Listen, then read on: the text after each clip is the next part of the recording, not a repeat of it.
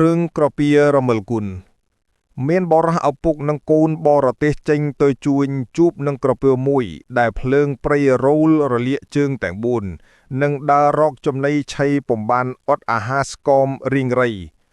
បរោះឪពុកនឹងកូនបានឃើញក្រពើនោះរលាកជើងទាំង4ស្គមទាំងខ្លួននិងវ៉ាពំបានដូច្នោះហើយបរោះនោះអាសូរក្រពើបានកាប់ឈើមកចងអបក្រពើនោះរឹងជាប់លើកដាក់លើរទេះបទៅលុះដល់បឹងមួយធំជាទីសុខសប្បាយបរោះនោះដាក់ក្រពើចុះក្នុងទឹកក្រពើនោះបានផឹកទឹកអកភក់ឆែតហើយគិតនឹងខំបរោះនោះវិញបរោះនោះថាព្រះស្ដែងកំខំអញមានគុណលើព្រះស្ដែងក្រពើនោះថាមានគុណនឹងអញឯណាបើចងអញស្ទើរស្លាប់ដូច្នោះអញឆៃព្រះស្ដែងឲ្យទាល់តែបាន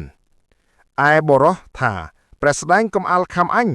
មកយើងនឹងនាំគ្នាទៅរកអ្នកប្រាជ្ញលោកកាត់សេចក្តីនេះឲ្យយើង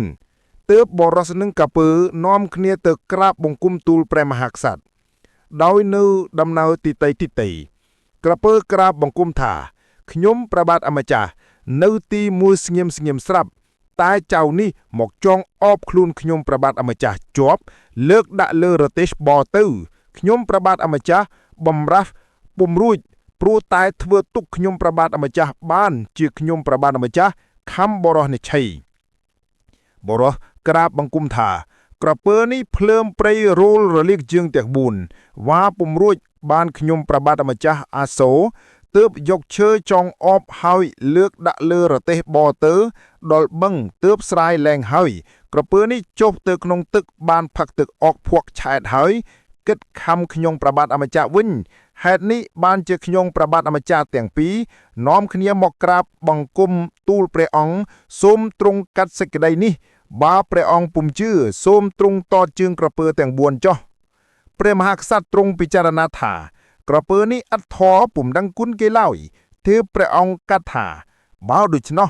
មានតាប្រស្ដែងឲ្យគេចងប្រស្ដែងដូចអំពីមុននោះសិនហើយសឹមអង្គពិចារណាឲ្យប្រស្ដែងទើបព្រះអង្គឲ្យបរោះនោះទៅចងក្រពើនោះជាប់ដូចអំពីមុនហើយទ្រង់មានព្រះបន្ទូលថាព្រះស្ដែងនាំទៅផ្ទះចុះថ្ងៃក្រោយព្រះស្ដែងកុំធឿគុណនឹងសត្វតិរិឆានព្រោះលោកថាពុំត្រូវទុកចិត្តសត្វមានចង្កូមមានពឹសទេព្រះមហាក្សត្រទ្រង់កាត់សេចក្តីដូច្នេះបរោះនោះចូលចិត្តហោង